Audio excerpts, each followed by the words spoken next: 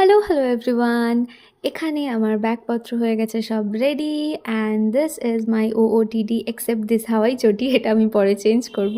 আর তারপর বিছানাপত্র সব কিছু গুছিয়ে রওনা দিলাম স্টেশনের দিকে।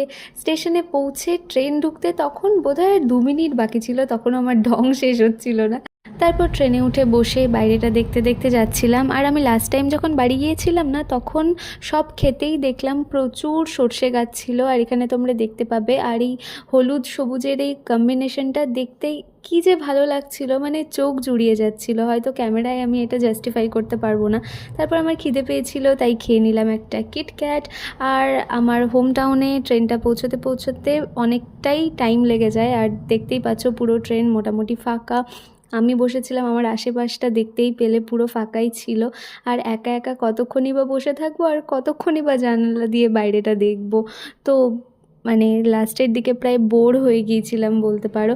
আর তারপর দেখলাম বাইরে না এই পাখি দুটো ছিল, তো ওদেরকে দেখতে দেখতেও অনেকটা টাইম চলে গেল। তারপর আমার আবার খিদে পেয়েছিল, তাই খেয়ে নিলাম একটা কেক। আর ট্রেনটা ঢুকতে ঢুকতে প্রায় সন্ধ্যের পরে ঢুকেছিল, তো ততক্ষণে ঠান্ডাও লাগছিল, জন্য আমি এই টুপিটা পরে নিয়েছিলাম। তারপর বাড়িতে গিয়ে আমার প্রথম কাজ হচ্ছে জিজ্ঞেস করা যে কী রান্না হয়েছে। তো মা দেখালো মুড়িঘণ্ট হয়েছে। আমি তো দেখে ভীষণ এক্সাইটেড হয়ে গিয়েছিলাম। তারপর মাকে বললাম একটু দিতে। তারপর দেখলাম যে মা আবার পিঠেও রেডি করছিল। আর তারপর বাবা বলল যে চল সবাই মিলে একটু ঘুরে আসি। তো আমরা সবাই মিলে বেরোলাম। বাবা ড্রাইভ করছিল আর আমি, মা, বুনু 3জন মিলে বসেছিলাম। তারপর আমরা গিয়েছিলাম বাইপাসের ধারে, ওখানে একটুখানি চা খেলাম, চিপস খেলাম। আর তারপর বাড়িতে এসে ডিনারে ছিল ভাত, মুড়িঘণ্ট, আর তার সাথে পাবদা মাছের ঝোল আর সর্ষে পাবদা, which I love the most. তারপর খেলাম একটু পিঠে, and that is it about this video guys. Okay, bye, see you in the next vlog.